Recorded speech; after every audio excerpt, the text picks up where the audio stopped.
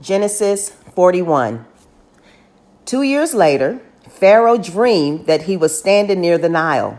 In front of him, 7 healthy-looking fattened cows climbed up out of the Nile and grazed on the reeds. Just then, 7 other cows, terrible-looking and scrawny, climbed up out of the Nile after them and stood beside them on the bank of the Nile. The terrible-looking scrawny cows devoured the 7 healthy-looking fattened cows. Then Pharaoh woke up.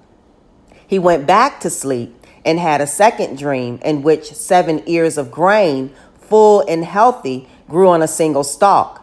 Just then, 7 ears of grain, scrawny and scorched by the east wind, sprouted after them, and the scrawny ears swallowed up the full and well-formed ears.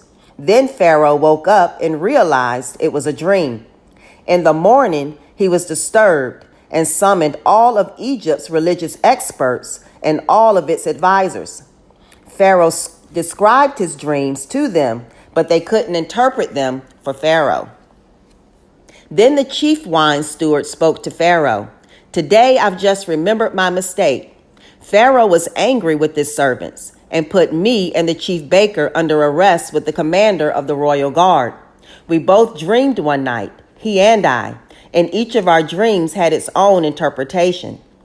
A young Hebrew man, a servant of the commander of the royal guard, was with us. We described our dreams to him, and he interpreted our dreams for us, giving us an interpretation for each dream. His interpretations came true exactly. Pharaoh restored me to my position, but hanged him." So Pharaoh summoned Joseph, and they quickly brought him from the dungeon. He shaved, changed clothes, and appeared before Pharaoh. Pharaoh said to Joseph, "I had a dream, but no one could interpret it. Then I heard that when you hear a dream, you can interpret it." Joseph answered Pharaoh, "It's not me. God will give Pharaoh a favorable response." So Pharaoh said to Joseph, "In my dream, I was standing on the bank of the Nile. In front of me, 7 fattened, stout cows climbed up out of the Nile and grazed on the reeds. Just then, 7 other cows, weak and frail and thin, climbed up after them. I've never seen such awful cows in all the land of Egypt. Then the thin, frail cows devoured the first 7 fattened cows. But after they swallowed them whole, no one could have known it. They looked just as bad as they had before. Then I woke up. I went to sleep again and saw in my dream 7 full and healthy ears of grain growing on one stalk. Just then, 7 hard and thin ears of grain, scorched by the east wind, sprouted after them, and thin ears swallowed up the healthy ears. I told the religious experts, but they couldn't explain it to me." Joseph said to Pharaoh, "Pharaoh has actually had one dream. God has announced to Pharaoh what he is about to do. The 7 healthy cows are 7 years, and the 7 healthy ears of grain are 7 years. It's actually one dream. The 7 thin and frail cows climbing up after them are 7 years. The 7 thin ears of grain scorched by the east wind are 7 years of famine. It's just as I told Pharaoh. God has shown Pharaoh what he is about to do. 7 years of great abundance are now coming throughout the entire land of Egypt. After them, 7 years of famine will appear, and all of the abundance in the land of Egypt will be forgotten. The famine will devastate the land. No one will remember the abundance in the land because the famine that follows will be so very severe. The dream occurred to Pharaoh twice because God had determined to do it, and God will make it happen soon. Now Pharaoh should find an intelligent, wise man and give him authority over the land of Egypt. Then Pharaoh should appoint administrators over the land and take 1/5 of all the produce of the land of Egypt during the 7 years of abundance. During the good years that are coming, they should collect all such food and store the grain under Pharaoh's control, protecting the food in the cities.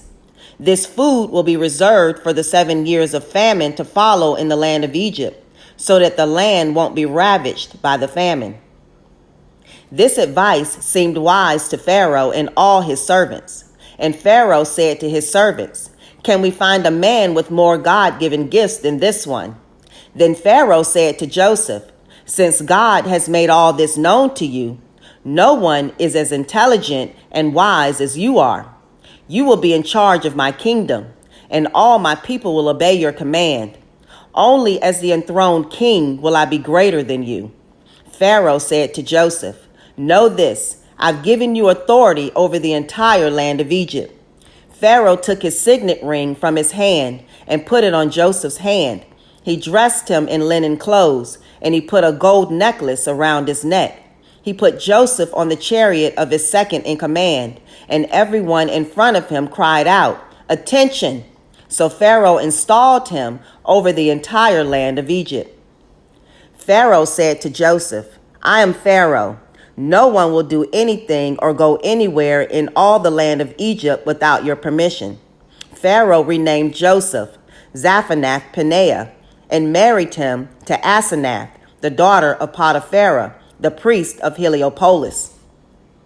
Then Joseph assumed control of the land of Egypt. Joseph was 30 years old when he began to serve Pharaoh, Egypt's king.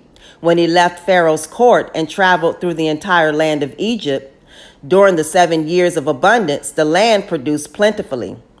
He collected all of the food during the 7 years of abundance in the land of Egypt and stored the food in cities. In each city, he stored the food from the fields surrounding it. Joseph amassed grain like the sand of the sea. There was so much that he stopped trying to measure it because it was beyond measuring. Before the years of famine arrived, Asenath, the daughter of Potipharah, priest of Heliopolis, gave birth to 2 sons for Joseph. Joseph named the oldest son Manasseh because he said, "God has helped me forget all of my troubles and everyone in my father's household." He named the second Ephraim because he said, "God has given me children in the land where I've been treated harshly."